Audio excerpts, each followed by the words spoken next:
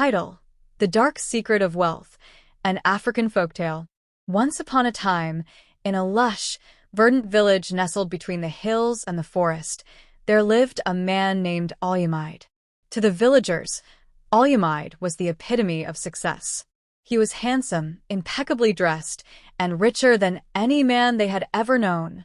His mansion stood at the edge of the village, a sprawling estate that shone like a jewel under the African sun. Olyamide was in his early 40s, yet his youthful appearance and charming demeanor made him the envy of all.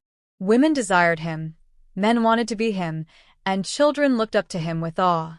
But beneath this facade of wealth and charm lay a dark, sinister secret that no one could have ever imagined. Olyamide was a man driven by greed.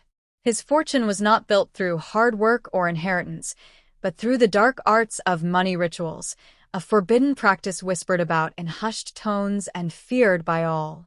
These rituals required sacrifices, and Olyamide's were particularly gruesome.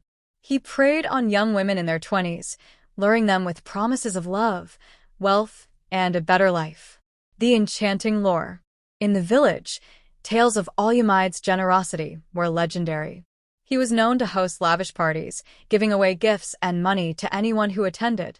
Yet, no one ever questioned the mysterious disappearances of the young women who seemed to vanish shortly after these gatherings.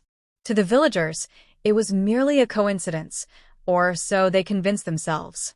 One day, a young woman named Abeni caught Olyamide's eye.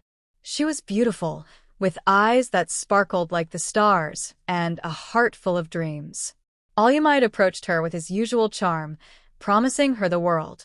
Bewitched by his words and the allure of a better life, Abeni agreed to join him.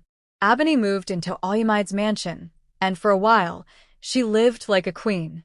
But soon, she began to notice strange occurrences.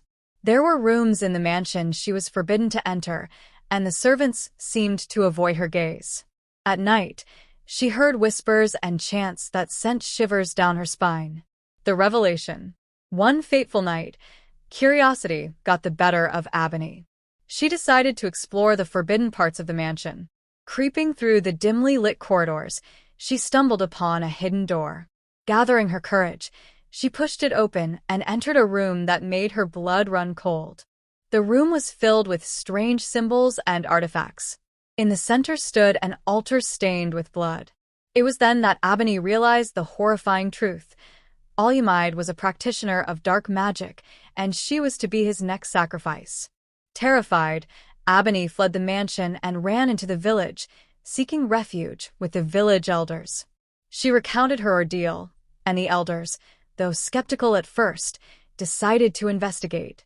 They gathered a group of men and stormed Olyamide's mansion. The fall of Olyamide.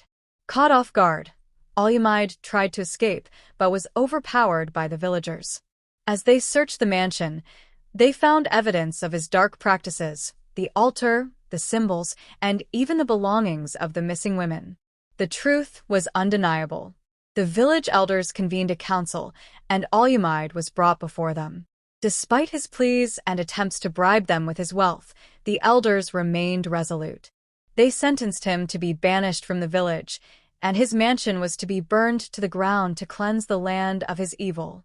As the flames consumed his once magnificent mansion, Olyamide watched in despair. Stripped of his wealth and power, he wandered the land as a pariah, a shadow of the man he once was.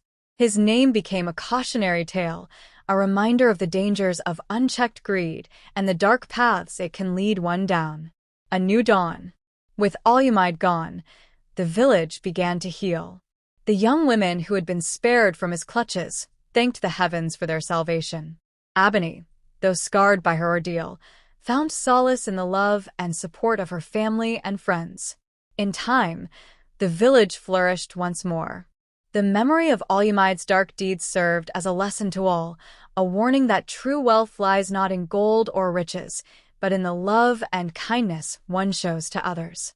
And so, the story of Olyamide became a part of the village's lore, a tale told to children to teach them the value of integrity and the perils of greed.